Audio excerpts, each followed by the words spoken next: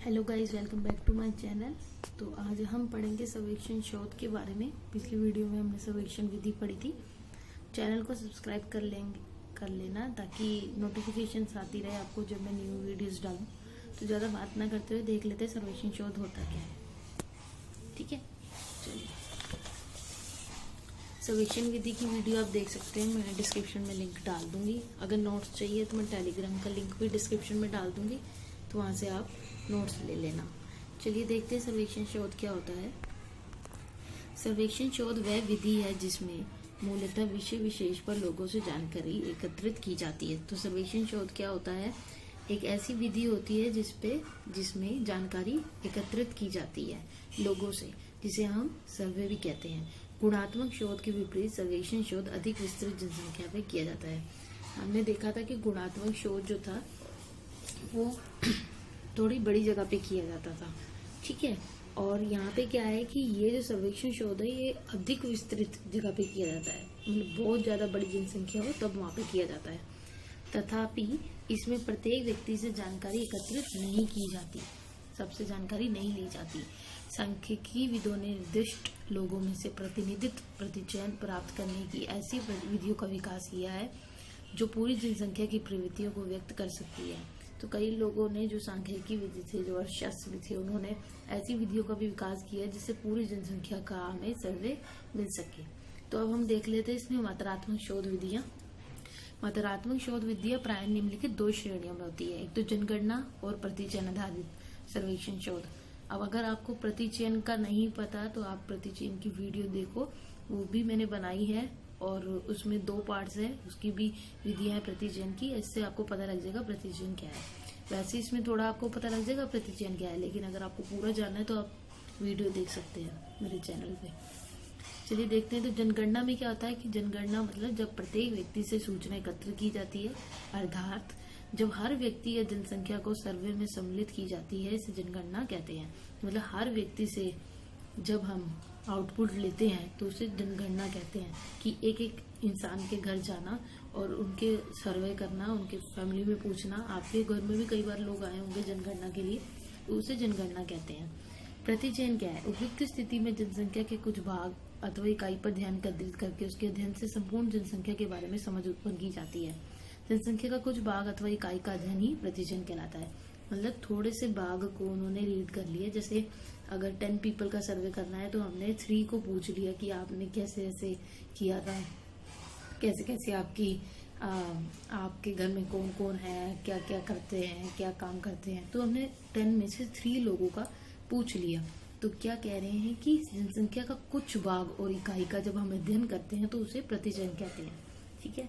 प्रतिचयन शब्द नमूने के अर्थ में अध्ययन किए जाने वाले लोगों के एक भाग के लिए प्रयुक्त हुआ है। तो प्रतिचयन का मतलब वही है कि मैंने आपको अभी बताया कि जो कुछ भाग और इकाई का जब हम अध्ययन करते हैं उसे प्रतिचयन कहलाता है। तो इसकी पूरी वीडियो आप जरूर देखना, आपको अच्छे से समझ आ जाएगा। प्रतिचयन करना और सर्वेक्षण तकनीकें। प्रतिदर्श हेतु प्रतिचयन करना ऐसी विधि है जिसमें निर्धारित जनसंख्या में से प्रतिनिधि संख्या। अच्छा, मैं प्रतिदर्श और प्रतिचयन में क्या डिफरेंस है ये भी प्रतिचयन वीडियो में है, वो भी देख लेना आप, आपको बहुत क्लियर हो जाएगा ये टॉपिक। और प्रतिदर्श हेतु प्रतिचयन करना ऐसी विधि है जिसमें निर्धारित जनसंख्या में से प्रतिनिधि संख्या पहचानी जाती है। क्योंकि निर्धारित संख्या में से जो प्रतिनिधि संख्या होती है उसको पहचाना जाता है। तो प्रतिचयन की कुछ प्रमुख विशेषताएं निम्न है। जैसे प्रतिचयन पर्याप्त होना चाहिए। प्रतिचयन में सभी लोगों का प्रतिनिधित्व होना चाहिए, मतलब सभी लोग होने चाहिए इसमें। प्रतिचयन करते समय प्रतिदर्श को चुनने की प्रक्रिया के दौरान शोधकार को अपने व्यक्तिगत मूल्य से प्रभावित नहीं होना चाहिए। तो शोधकार जो है सर्वे करने जो जा रहा है उसको अपने मूल्य को साइड में रख के उनकी बात को समझना चाहिए। अब ये सब हो गया कि सर्वेक्षण शोध के अंदर जो मात्रात्मक विधि आती है उसका हमने पढ़ा। अब हम पढ़ेंगे सर्वेक्षण शोध के गुण और दोष क्या होते हैं।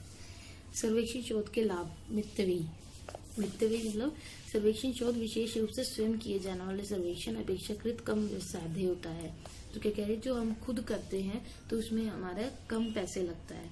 विशाल क्षेत्र। सर्वेक्षण शोध निम्न में उपयोगी है। कहाँ पर है? जब हमें विशाल जनसंख्या का विशेषताओं का अध्ययन करना हो या बड़ी जनसंख्या को देखना हो, उसमें उभरती प्रवृत्ति और विन्यासों का अध्ययन करना हो। मतलब बहुत सबसे इम्पोर्टेंट इसमें लाइन ये समझनी है कि सबसे बड़ी मतलब विशाल जनसंख्या का जब हमें अध्ययन करना है तो सर्वेक्षण शोध वहाँ काम आता है। बड़ी संख्या में प्रतिदर्श वही है। दूसरे क्षेत्रों में डाक, ईमेल और टेलीफोन का प्रयोग करके सर्वेक्षण शोध की व्यवस्था की जा सकती है। परिणामतः बड़ी संख्या में प्रतिदर्श मिलना संभव हो जाता है। तो ईमेल करके या टेलीफोन से, आजकल इंटरनेट का यूज करके भी हम बड़ी संख्या में प्रतिदर्श ले सकते हैं, सैंपल ले सकते हैं। लचीलापन सर्वेक्षण शोध में निर्धारित विषय पर अनेक प्रश्न पूछे जा सकते हैं। परिणामतः विश्लेषण में पर्याप्त लचीलापन आ जाता है।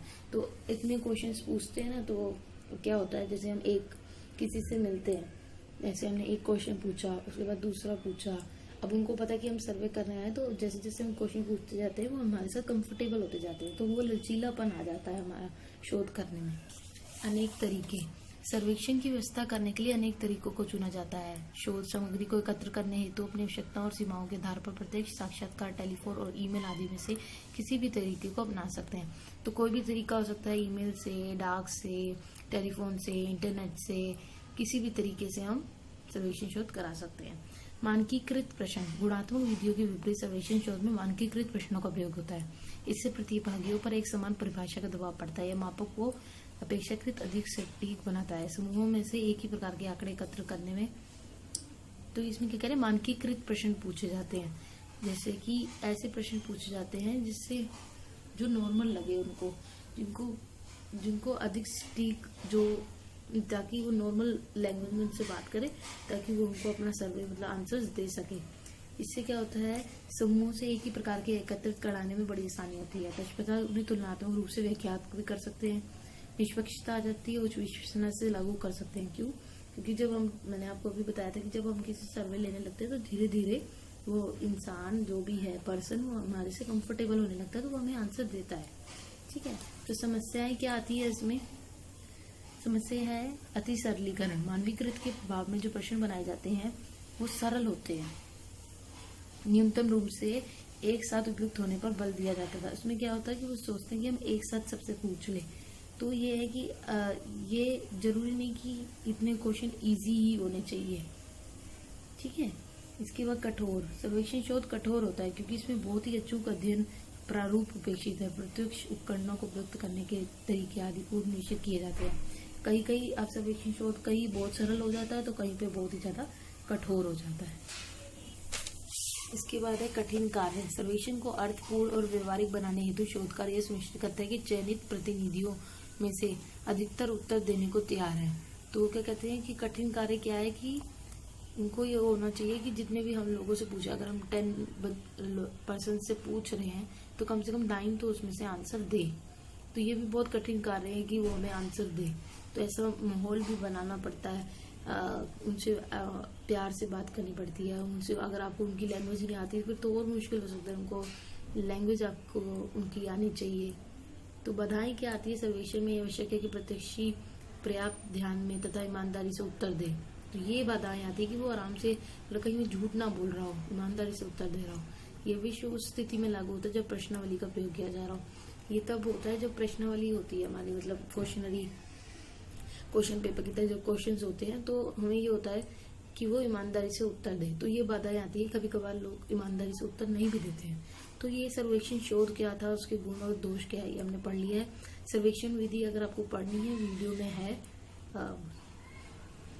चैनल पे इसकी वीडियो है, प्रतिचन की भी वीडियो है, आप देखना, आपको समझ आ जाएगा।